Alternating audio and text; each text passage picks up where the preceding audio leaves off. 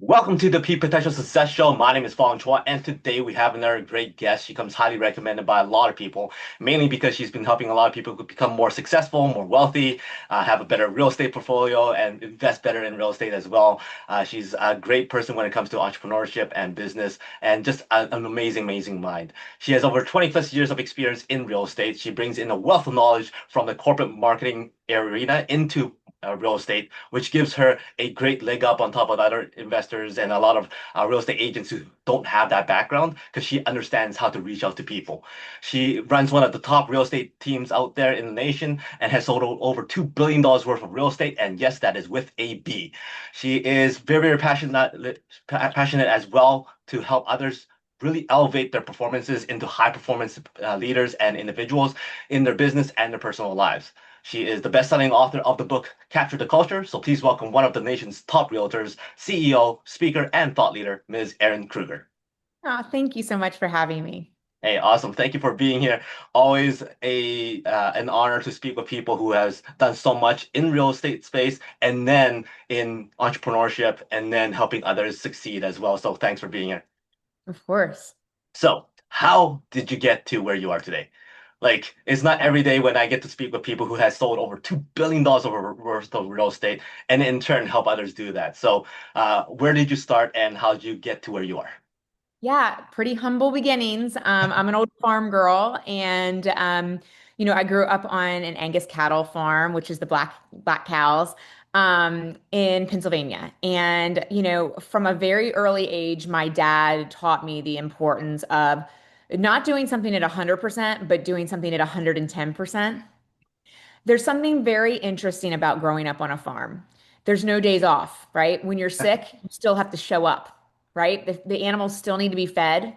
Mm. And so, it's a different kind of mindset when you grow up on a farm. Things still need to be done, even if you're not feeling well, even if it's a rainy, snowy day, if a blizzard comes in, you're still showing up and doing the work. And I think that mindset, that drive has always pushed me through when I went into corporate. And then I carried that on to growing a real estate team and selling real estate. At the end of the day, for me, real estate is the business vehicle, but people have always been the priority. And I think that means whether it's your customer, your clients, or the people that you work with every single day, you need to surround yourself with really, really great people. And I noticed that, and I think writing the book, Capture the Culture, and reflecting back on the book, I noticed that my dad showed me the foundation of leadership without, I think, ever knowing that. And what I mean by that is that, early on, I would be a young girl, say a teenager, and it would be my day to work with dad on the farm. And it would be 5:30 in the morning and it would be dark, and I would hear his heavy footsteps walking down the hallway to come wake me up before he knocked on the door. And so I'm kind of, half awake, and he knocks on the door. And instead of saying, "It's time to get up, time to do farm chores," he would say, "Do you want to help, Dad?" Right? Think about that. Even as a boss, even as a manager, it's how you do the ask, how you do the invitation that matters most, because it changes perspective. Right? So, of course, like, what do you say? Like, "Do you want to help, Dad?" Of course, I want to help my dad, right? Of course.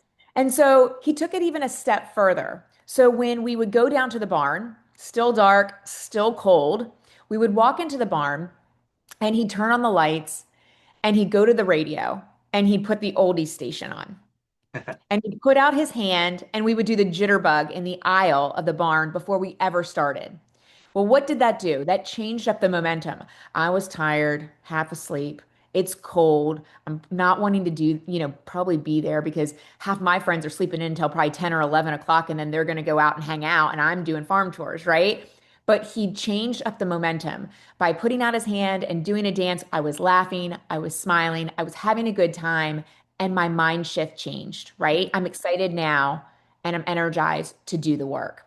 And so, reflecting back on the book of Capture the Culture, it is the culture that you create, right? You can change the pathway of your team. You can change the mindset of your customer by creating an environment of invitation and joy, which obviously creates such a good culture. And so that's what kind of my book is about. And I give a lot of great tips along the way of how to create that culture. That sounds awesome. I mean, that mentality of starting the day off like excited and having fun is something that works very well in some other cultures as well. Like I believe Japan, they bring their employees up to the rooftop and they run and dance and they do little things and stuff like that before they even get started. And I that's something love you've that. implemented. I never knew that. That's amazing to know. So yeah, he absolutely had a Japanese technique and I never even knew it.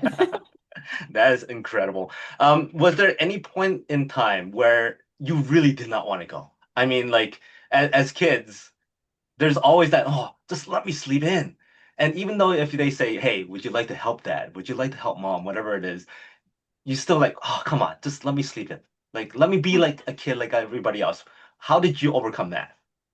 I never did. I never did. Wow. Not in terms of like, I might have felt like I was tired and I wish I could sleep in. But when somebody asks you for help, I think it's different than telling you. Mm, that's Asking true. is different than telling you. And I am an advisor to this day, right? And people are seeking help. I mean, there's only so many minutes in the day, so many hours in the day. But like if somebody calls me and they ask me for help and I'm driving down the road, I'm going to take the 5 minutes to listen to them and try to Mm, help them the best I can in between my appointments. And that's just the type of person that I am, whether it's a mm, client, whether it's a fellow colleague that has a thing. I think that helping somebody, we're in a service industry, and I believe that everything that you put out comes back to you tenfold. mm, And that has been kind of my secret thing. And so are there natural things in the course of the day, that maybe were harder things? Yes, yes. But he continued to infuse a sense of joy or a sense of fun in the work, which even like, as simple things as though, he would maybe see your the shift, right? Maybe you're getting a little bit tired or maybe it's like not a fun task to do. And he'd be like, all right, $10 over here. How much do you think this cow weighs? Or, let's see how good you are. And then all of a sudden I'm like, oh, I want $10. I was a young kid or whatever. I wanted to make some money.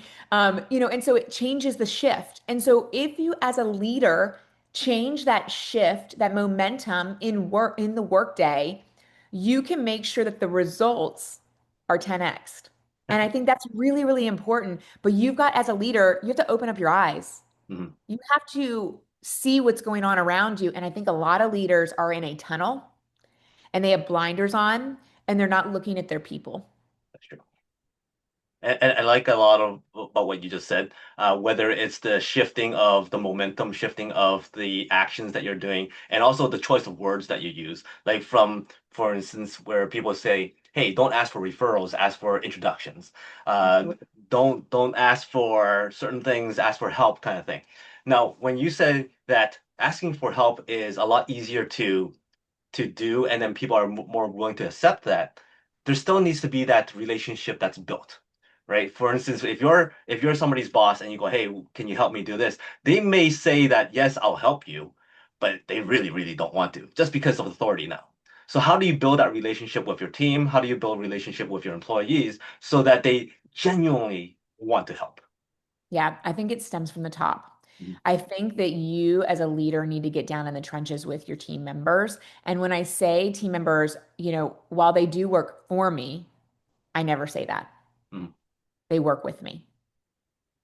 And I sit down with every person that comes onto my team before they even start. And I tell them and I look them in the eye and I say, real estate is an amazing profession.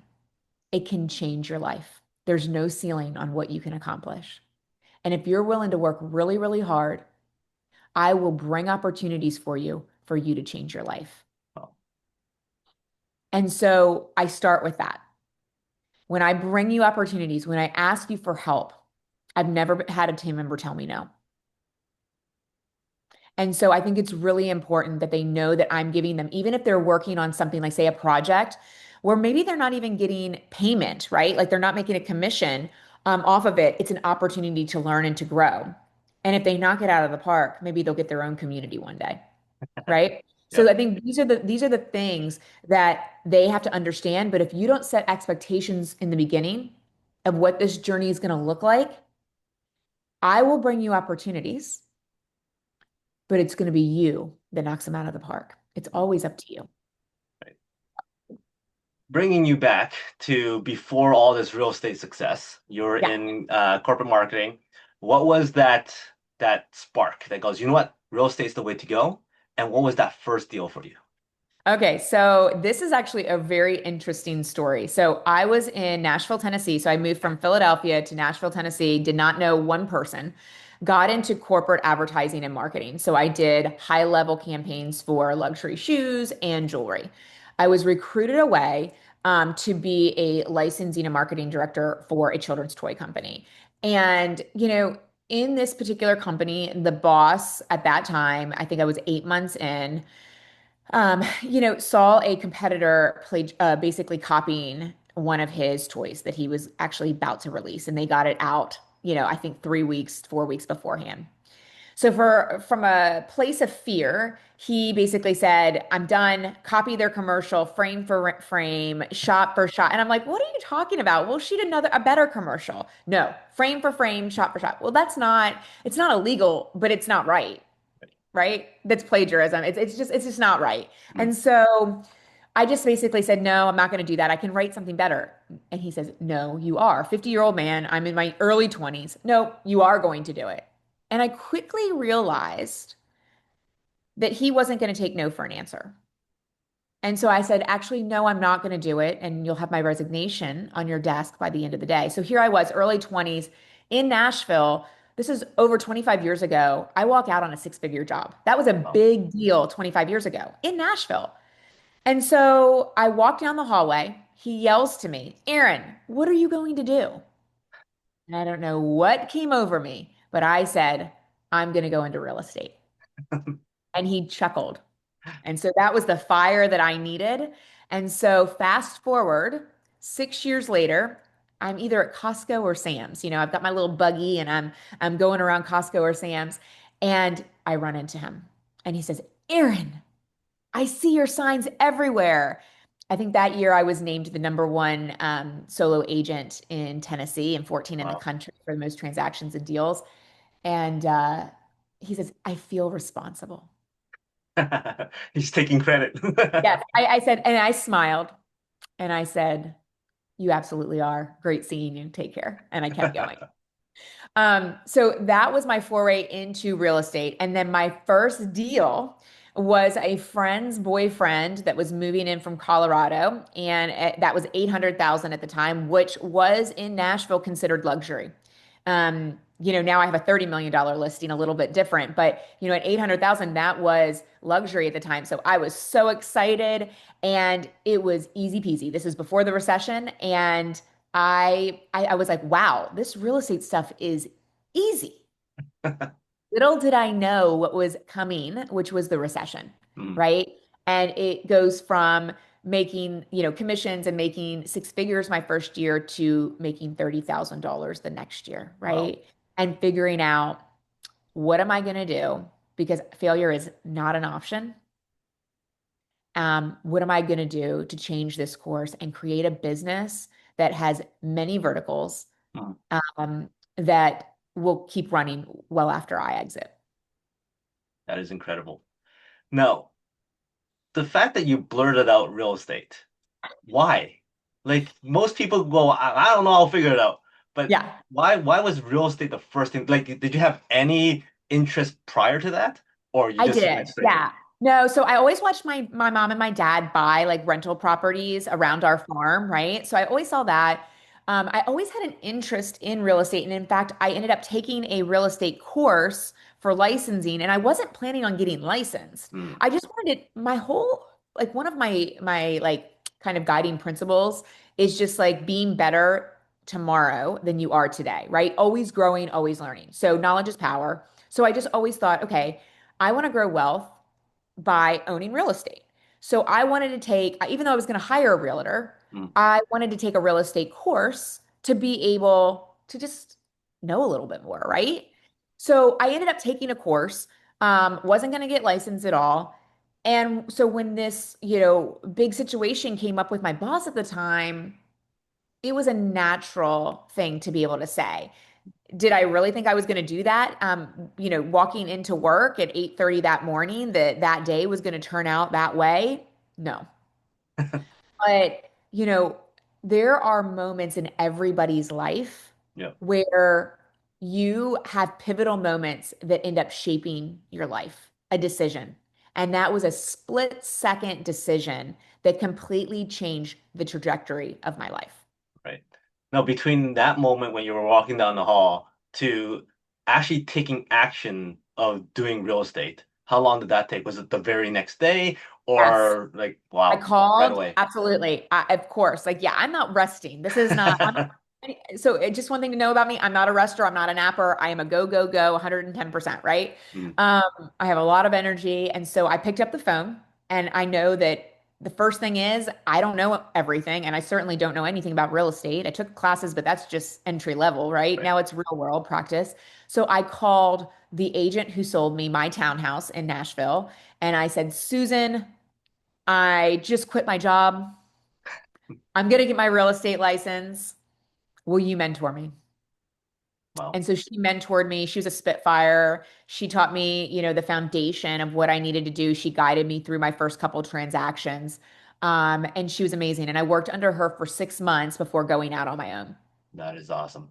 And Yep. I'm assuming that it's your personality that also still made you think big right away.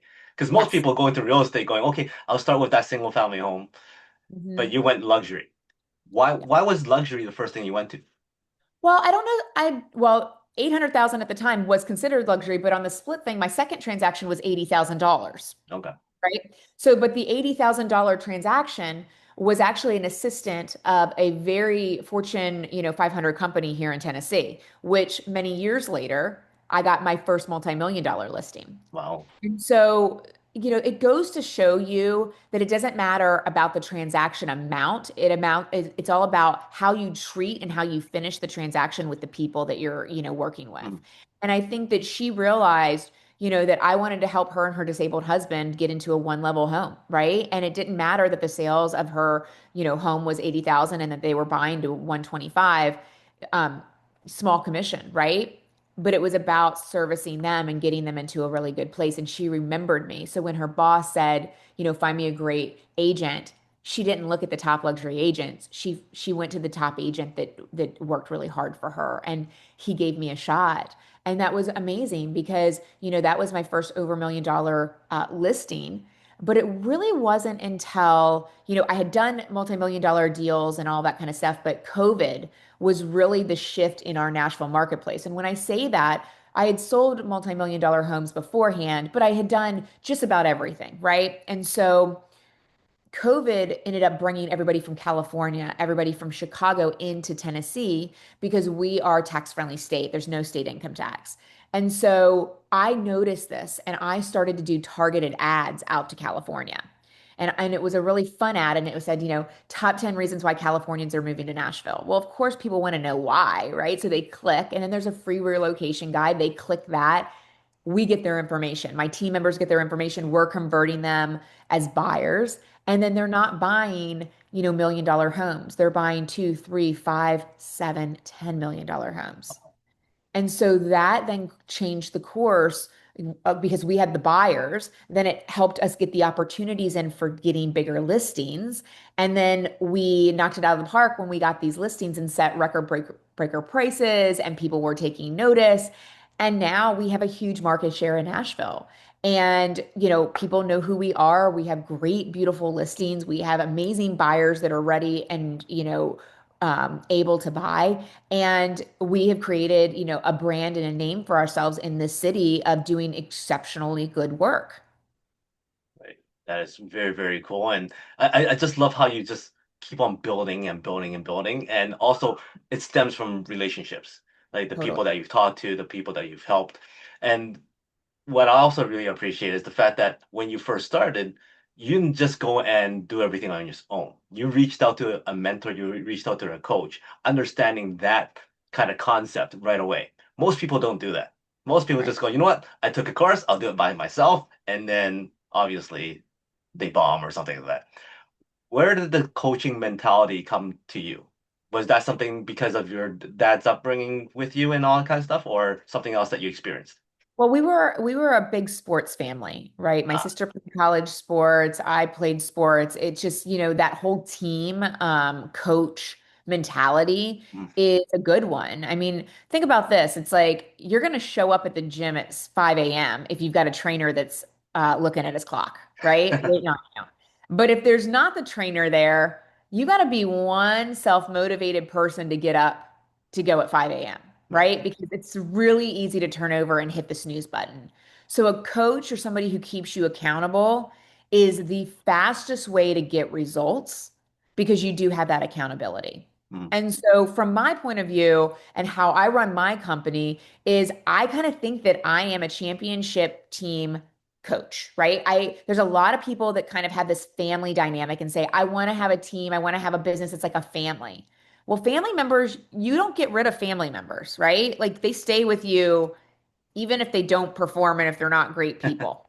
Okay. you just I start putting them into different positions. exactly. But for me, that's not what we're doing. You have to perform, you have to step up, you have to be able to take feedback. And what do you do with that feedback? How do you create like a pathway to be better, right? These are the type of people that I want working with me every day. And so I created a plan on the book, and there's a lot of great interview questions and a lot of great kind of tests that I implement into my interviewing to be able to find out who these people are. Because there are really great salespeople out there, Right. right? And they might bamboozle you. And then what happens is if you make the wrong hire, it's going to cost you time and money, right? So you want to make sure that you are hiring the right people. And I'm not saying that I've had, home runs out, knocking it out of the park every single time. I've made a lot of mistakes. And in fact, when I started building my team, I think I hired on a pulse. You have a pulse, you're hired, right? And then I would like fire them like in a week and it wouldn't work out. And then I had to stop, I had to center myself, and I had to create a vision of where I wanted my company to go, right? Who would be the ideal like person that I would hire first, right? And what would that look like as we kind of build legs of the company, right? We grow, and what does that look like? Like, what does that organizational chart look like? And really creating that. And then because I have this vision of who they are and what they're going to be doing, it's going to allow me to do what I do best, which is be in the field and bring in business. So I ended up trying to find these people, recruiting them, having them come in and interview, and really asking them the questions for me to find out if they are going to be a culture fit and a culture add to the team. Because I can teach anybody real estate, right? But I can't teach you to have a positive attitude.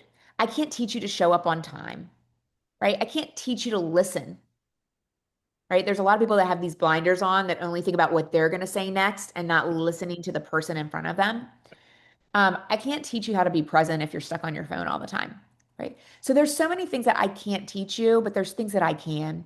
And so in my book, I outline these fail-proof techniques. And in fact, one of them I kind of stole from one of my interviews early on in corporate. I was interviewing for a pharmaceutical sales position.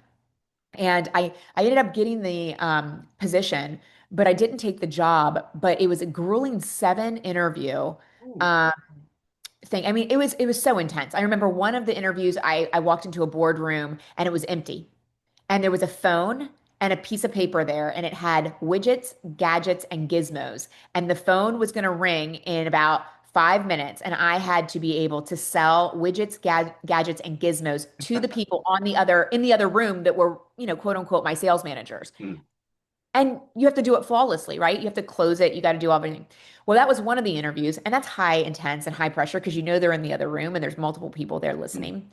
But the final interview was this, and this is what changed my mind shift into my interview process. They took me out to a restaurant for lunch. And at that time, and this was, gosh, 30 years ago, this is when pharmaceutical reps were whining and dining the doctors, right? This was like the Turks and Caicos trip and the TVs and all the stuff that they don't do now because it's illegal.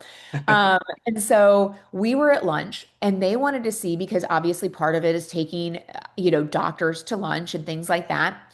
They wanted to see that when the food came, if I salt and peppered my food Right, before I tasted it.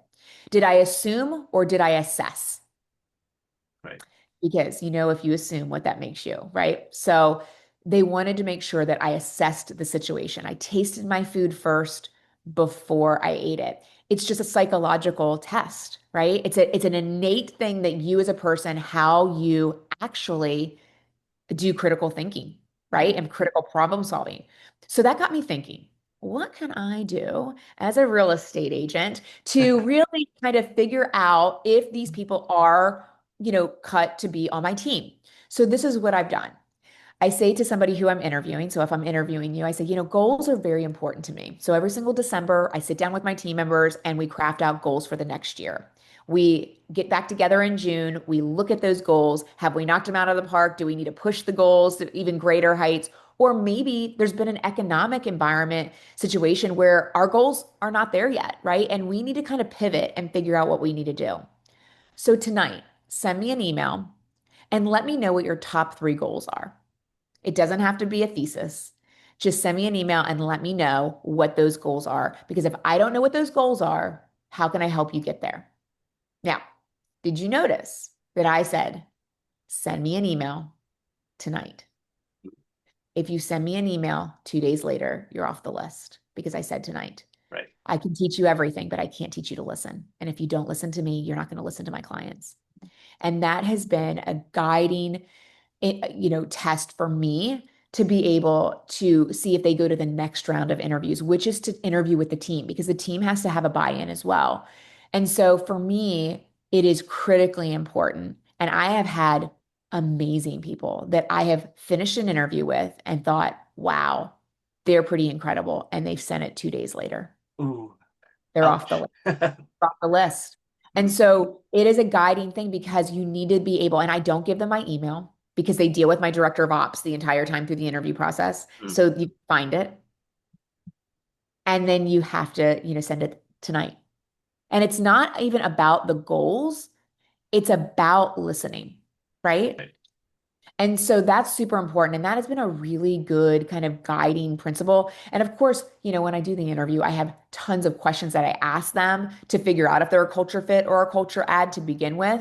Mhm. But that test alone has saved me because I am slow to hire, quick to fire. I do hire somebody on a 1 week, 30, 60, 90. Well, But I know after the first week if you're going to stay or not because I don't have turnover. Seven years is the average mm, for my team. I have people that are 23 to 62 on my team, all different personalities, um, 14 of them. And, when they get together, it's pure magic. And to be able to have people from different backgrounds, different life experiences, to be able to come together and lift each other up, they truly like each other, even though they're all very different. mm, But that's the secret sauce. Like that's how you create a very good culture. And the reason why I have the team members then interview is because I want them to be 100% bought in. I don't want them to think, they might not be right for the team. Because if they think that, they're not going to take time away from their sales cycle to help that person. right. And every person on my team takes time out to help each other because we rise together. That is totally awesome, and I love those stories because those little tests, those little things that you do to see if this is a good fit. It reminds me of the one I don't know where I heard this one from, but somebody during an interview process would invite the what do you call it, the interviewee to their office, which is X amount of floors up, right? And then once they meet there, go, oh, let's go get a coffee. And they will purposely take the elevator down to the third floor, get coffee, grab a mug, go back up, and finish the interview. And then the test is to see whether the person would ask, oh, where do I take this cup? Or do they just stand up and leave? Ah, Right? And I thought that was pretty good too. So, I love it. I flew down to Miami earlier this week and I was at a speaking engagement and I told my story about how I do the test. And so I said to the audience, I said, I challenge you to come up with your own test. And Uh, so one of the people in the audience sent me an email and she came up with the fact that when she's having people send in their resume and their disc profile, that she's also wants a 30-second video of why we should interview them, right? Like they're just quick 30-second interview yeah. pitch. And she says, well, first of all, the test is, are they going to do the video? Second thing is it 30 seconds? Like, you know what I mean? Or is it less? Yeah. Right. Like, so that's the other thing. And so I was like, oh, that's great too. But it's like you need to have something and it's about listening, Yeah. right? Or it's about like courtesy, right? The mug is like, are you thoughtful? Are you thinking about stuff other than where you are right now? Mm, Like that's the mug. It's exactly. that's great. I love it. And the thing is, sometimes it's these little things that allows you to weed out so many individuals. Like for myself, I when I do my tenant searches and screening process and all that kind of stuff, I do a lot of stuff through text messages. I don't want people to call me. I don't want people to catch me off guard. I want everything on text so that I have everything recorded. Sure. And one of my very first questions before I even show a property is, "Hey, text me at this number with your email address." And that simply just that weeds out so many applicants because they don't text me or don't Right. email me back. I'm like, geez, read the thing. So, Yeah. Yeah. No, it's the truth. People following directions is really important when you're mm, hiring or vetting people. exactly. Now, you come from a very vast background of marketing. Yeah. Um, and when you went into real estate, what are some of the things that you found that other people were not doing that you're like, hey, this is second nature. This is obvious. This is what you do. Like you're training lots of up and comers now that Yeah. are coming up and go, hey, this is what I would do. And then, but then because you have the marketing background, you go, no, this is what you do because Yeah. that is not effective. What's the Yeah. big difference? I think that people just, highlighted the features versus the experience, right? And I think that like I was actually in San Diego 2 weeks ago and I was speaking about this and it was just, who like especially in the luxury market, they don't care about the quartzite countertops, right? They don't care about that. What they care about is how they're going to, entertain and live in this home for generations or as a legacy play, right? And where do the sunsets happen? And so when you market a home, it's about the cups of coffee in the morning and Mm, the sunrise. It's about the glass of wine at night and taking in the city views. It's about all of that. And you paint the picture of the lifestyle. Maybe it's foots from the greenway so you can jog if you're a jogger, right? If it's like if there's a dog park nearby, it's talking about kind of like you and your four-legged friend, and all the outdoor restaurants that you can go by and the fact that everything's dog friendly and all that kind of stuff. You have to sell the area, the experience, the extras. And I think that's what kind of separated us from everybody else when everyone else is doing like tight shots of the countertops and, an agent walking by and touching the countertop. And like that is fine, but people want the experience. They are buying the area. It's the same thing for Nashville. When people were coming out to Nashville, they're buying into Nashville. They don't even have the house yet. The first thing that anybody does when they move into an area or considering to move is they want to fall in love with the area, right? So when somebody comes the first time, I'm not taking them to see houses right away.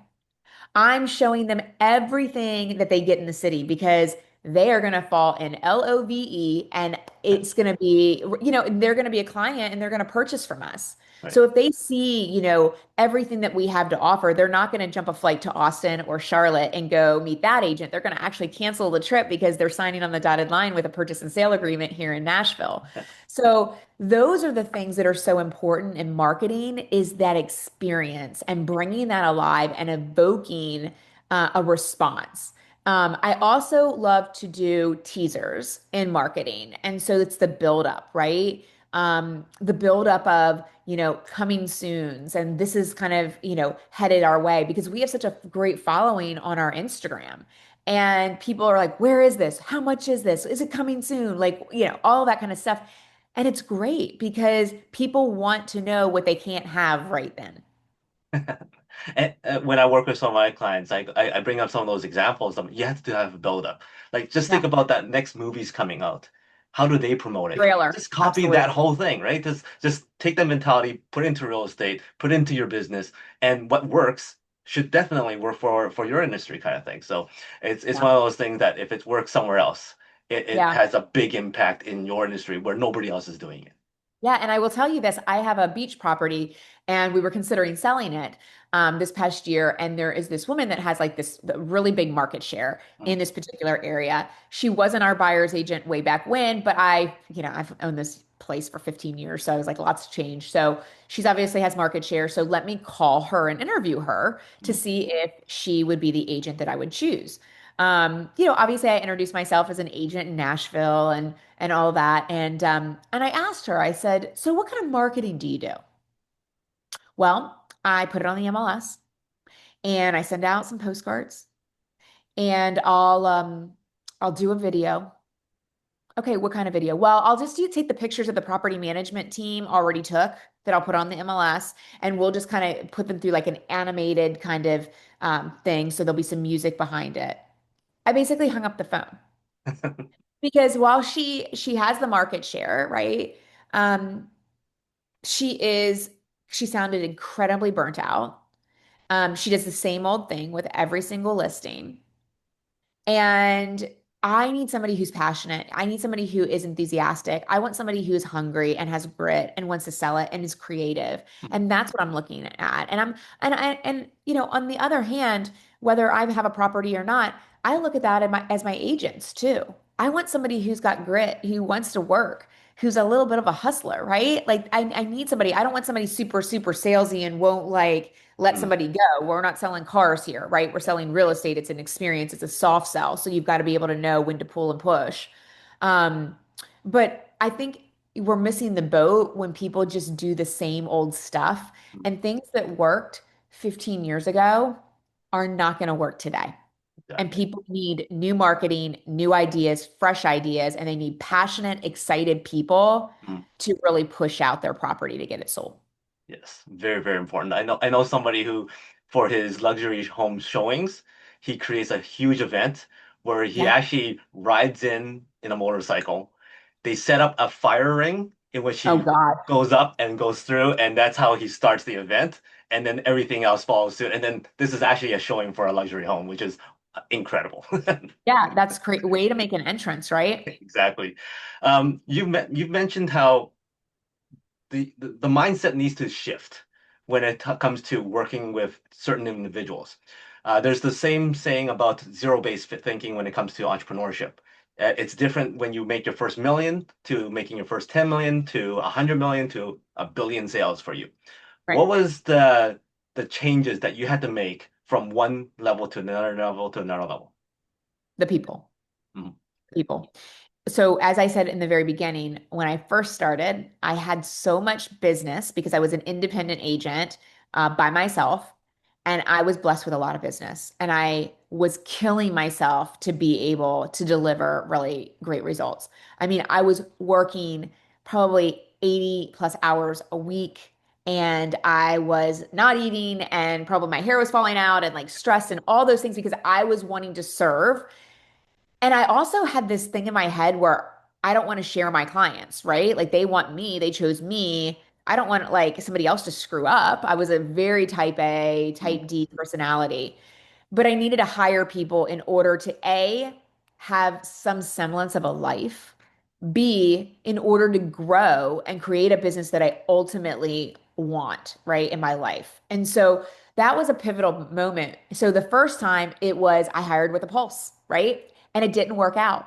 And then I needed to slow down and I needed to say, who do I want to be working with me, right? And I hired my first assistant, Sharon, and she helped me with systems and processes. So I tell every entrepreneur when you're building a team, think about what you do that has made you successful, right? There needs to be a checklist and a process for everything. Get your voice app out, talk through it. Send the voice app to your assistant, have them put it into Chat GPT or whatever, and create a checklist. That is the checklist that you will continually tweak as you grow. The checklist that I had 20 years ago is not the checklist that I have today, right? We learn every single day. The client may not have felt that bump in the road, but we did. And we are committed to being better tomorrow than we are today. So we tweak the checklist so we don't miss that. Right. And so that is kind of the essence of what we've done. I started with people that had a pulse. I then hired the right people. I created systems and processes. And then I ended up filling in the need. I earlier on, I want to say in the first 5 years, I kind of had this mindset of I don't hire until I'm hurting. Man, was I wrong. Man, was I wrong. But you live and learn because I didn't know what I was doing. I was building the aircraft while I was, flying it basically. But the real thing that I do now is I forecast, right? I forecast and I say, listen, I know that it's, going to be a really busy spring season. Like I can feel it, like I'm seeing, the economics behind it. Rates will hopefully drop. Buyers will come back into the market, eat up the inventory, buy it all up, and it'll be a very busy spring season. So maybe I'm going to need a few more buyers agents, right? So there are things that I'm forecasting, and then I have to say, okay, well, depending upon what level they are, with training, when would I need to hire them? If the spring season in Nashville really kicks into gear, like at the end of February, when would I need to hire them? And the truth is that I would need to be hiring them at the end of September. Right. Right? So it's about forecasting for your future and not for failure. And I think that that's really what is important. And I think that's how I hire now is looking ahead, looking at our numbers, looking at data in the marketplace and saying, I have this role that needs to be filled and they need to be, they need to level up by this time to be at peak performance. Very, very fascinating. And I love how you do that, where you forecast and then kind of before the issue starts, you already have a plan in place that's Yeah. going to mitigate that issue. Yeah. Um, Listening to you speak is very, very exciting because you are go, go, go. Like you've mentioned that before. Yeah. So what do you do to balance your life? Yeah. Because you Yeah. talked about you have to have some sort of like rest time and relax time, but your mentality is go, go, go. How do you sleep? Yeah, good. I sleep very well. That's one thing I never have an issue with. So I am in bed by 10 p.m., but I'm an early riser, so I'm up by 5:30. So sleep is never an issue for me, but I am go 110 miles an hour, right? Um, I will say that the idea of balance is a bit of a myth when you're building. Right. Um, I think that you need to be good to yourself in the point where you need to have some set boundaries where you can recharge, right? Mm. And so what I mean by that is say that you get done, you're at the office, you're on appointments, and you are back at home about 6:30 or something like that. Put your phone over by the charger, go and have dinner with your family, be present, right? That's going to be really, really important. You can come back to the charger, check the emails around 8 o'clock, see what needs to be cleaned up before the next day. As entrepreneurs with your name on the door, that's the life you chose, right? Like it is your thing. But I will say this, I have time blocking on my calendar that has really helped me succeed. And what I mean by that is when I do wake up at 5:30, I have this thing called ERIN time on my calendar. It's blocked out. Mm. And what I'm doing is I am going and, working out. I am taking time, like in the winter, if it's every other day that I'm working out, on the off days that I'm not working out, I'm sitting by the fireplace. It's that quiet time before all the noise happens at the house, right? And maybe I'm listening to a podcast, maybe I'm reading a book. I'm just getting centered for the day that when 7:30 arrives and my phone just starts blowing up, right? And that's just part of the things that kind of help me. But several years ago, right around COVID, Around 2020, I decided to purchase. I have lots of property that I own, but I decided to purchase a property 2 hours away from Nashville on a lake. And it's a beautiful lake. And I bought a beautiful new construction where you just walk through the door and there's glass and it's just water and it's just stunning. And I tell everybody, while I've done really well in real estate and I've made some really great real estate investments, this second home, which I do not rent out, it's my second home, is the best real estate investment that I've ever made. And I say that because it's the only place in the world that I can nap. It's the only place where when I go there on, say, a Thursday afternoon and my husband and I load up the car, we head down to the lake, that when we jump in the boat, I was like, well, was I working this week? Like it's just like everything falls away, right?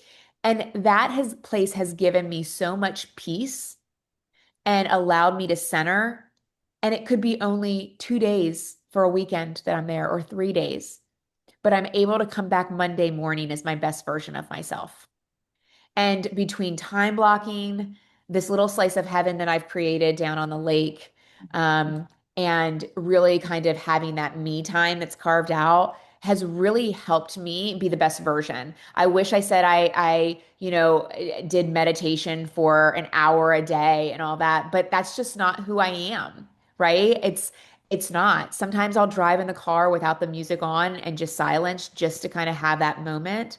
But I think that there's a big myth about balance. I think that you need to figure out what works for you to re-energize you so you can be the best version of yourself. That is totally awesome, and I'm happy you found your fortress of solitude there. Thank you. Um, oh shoot, I lost my train of thought. Oh, yeah. For somebody who's like yourself who's been so successful in what you do, and you're still growing, you're still building all these things, but what is that next thing, or what is something that you're still looking for now that either client-wise or partner-wise, or what is it? Yeah. So, I'm just striving to be a better professional, a better boss, a better leader. And so I'm obviously doing things that I never thought I'd do. I mean, I never thought I'd write a book, right? I was speaking at an event and a publisher came up to me and gave me the opportunity to do that. So for me, it's about creating opportunities for others to grow their business as well, right? So I love to help people grow their business. And so we're working on a coaching program now. I'm speaking a lot. I was kind of traveling for the last 3 weeks doing different speaking engagements. And so just really helping people realize their true potential. People want people to believe in them. Right. Sometimes people need to be heard and they need to be empowered and inspired. And I think that that's kind of missing from a lot of people. And I think a lot of people watch certain people and maybe it's not authentic, or they feel as though it's too far of a divide between them and where they are, and the speaker or something like that. And I really try to be like that approachable person, who, like I said, I spoke the other day in Miami and somebody's emailing me and saying, hey, this is my test, and I was like, of course, I'm responding back. And I'm like, that is awesome. I love it. Right. So I want people to grow and be better. So as I'm looking ahead, I'm growing another division of my company, and that is obviously in coaching and speaking and just being better. I'm getting a coach to be better. Those are the things that I love to do. It fills up another bucket as I grow, right? Just because 20 years ago I was a super high D and a super type A personality, if I did the DISC profile now as a CEO, I still have a D, but it's a lot lower. And the reason is I've learned to delegate, I've learned to trust my people, I've learned to let go and let them flourish. And for me, the best results have come from that. Awesome. Well, thank you very much for that, and thank you for sharing your story and how what you did to make yourself successful and how you help others be successful as well. However, before I let you go, I got five quick rapid fire questions. Give me the first thing that comes to mind. You're stranded on a deserted island, one food to eat for the rest of your life, no consequence. Oh my gosh. One food for the rest of my life. I'm a foodie. This is going to be very, very hard. An apple. I'll have an apple. I love an Ah, apple. so Okay. healthy. I know. Um, Hollywood calls and goes, "Hey, Aaron, we love your story. Very, very inspirational. We would love to do a biopic of you. Who would you cast to play you?" Reese Witherspoon. She shows up at your door and goes, "Hey, Aaron, I got cast to play you. Let's hang out. Let's have some fun." What does that night look like? Where do you take her? What do you two do? Well, since she's from Nashville, I'm kind of like, a little bit of a homebody when I'm not on, right? So I would say come over to my house, let's have a glass of wine, let's have a great meal and just kind of hang out.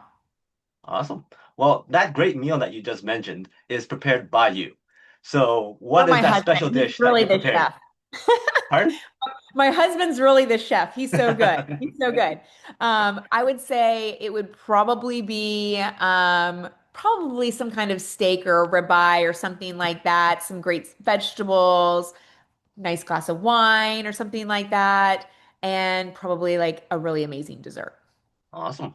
You're on a road trip in a car, and there's only one song that plays on repeat for hours on end. What's that one song? Hmm. Oh man, it's a wonderful world. Sounds great. Give me a number from one to three. Three. One, two, three. So the word is roof rack. So Okay. if you were using roof rack as a metaphor for success, how is success like a roof rack? Ooh. Well, you got to climb up to get there. Exactly. And when you get there, the car's moving. So you got to keep your balance. You got to keep a level head to stay on the roof rack. Nicely done. So that's how success is like a roof rack. Once again, thank you very much for your time, your stories, your advice and wisdom. Any final words from you? Any mic drops from you? No, I think the biggest thing is everyone can get Capture the Culture anywhere books are sold. We have the Audible, which I also narrated myself. We have a website, capture-the-culture.com. There are free downloadable things that you can download. It can figure out what kind of leader you are, because maybe you don't know what kind of leader you are, or you think you're a good leader, but maybe your team members don't. So there's also a downloadable survey for your team. Remember, feedback is important. So there's Exactly. lots of free stuff that you can download to kind of know where you are. And then obviously you can get my book on Kindle, you can get it on Audible, you can download it on Amazon and Barnes and Noble and all those places to help grow. There's one thing in the book that we didn't talk about, and it talks about my beginning of like my background. And as wonderful as my parents were, there was a tragic accident where my parents left me at 21 years old, where they were killed in a car accident. And so there is a story in there that is a theme throughout the entire book. And Mhm. basically, the saying is difficult days do not define you. Right. It's what you do with them that matters most because we all have stuff. It's how we choose to move forward. Wow. That is a mic drop moment. Thank you. Well, once again, thank you. Everybody else out there, make sure you connect with Erin. Make sure you pick up her book. And I'm sure she has a lot of great value to add to everybody. So thank you very much. Thank you. And until next time, today is the day to talk to peak potential. We'll see you later.